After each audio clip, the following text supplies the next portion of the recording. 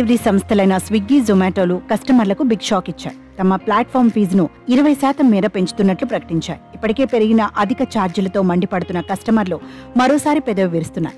ఢిల్లీ, బెంగళూరు వంటి డిమాండ్ ఉన్న నగరాల్లో ప్లాట్ఫామ్ ఫీజును ఇకపై ₹6 చేసినట్టు పేర్కొన్నారు. గతంలో ఈ ఫీజు ₹5గా ఉండేది. దీంతో ప్లాట్ఫామ్ ఫీజు 20% మేర పెంచినట్లయింది. అయితే బెంగళూరులో ఫీజును స్విగ్గీ తొలుత ₹7గా పేర్కొని ఆ తర్వాత రాయితీ ఇచ్చి 6గా చేసింది. వాస్తవానికి ఈ రెండు కంపెనీలు ఈ తరహా ఫీజును 2023లోనే ప్రవేశపెట్టాయి. మొదట్లో ₹2తో దీన్ని ప్రారంభించాయి. తర్వాత క్రమంగా పెంచుతూ వచ్చాయి. ఏప్రిల్లో జొమాటో తన ప్లాట్ఫామ్ ఫీజును 25% పెంచి ₹5 చేసింది. ఢిల్లీ, హైదరాబాద్, బెంగళూరు, ముంబై, లక్నో నగరాలకు ఈ పెంపును వర్తింపచేసింది. ఈ ఫీజుతో పాటు వేగంగా డెలివరీ చేసేందుకు కూడా ప్రత్యేక రుసుమును కూడా వసూలు చేస్తున్నాయి ఈ ఫుడ్ డెలివరీ సంస్థలు.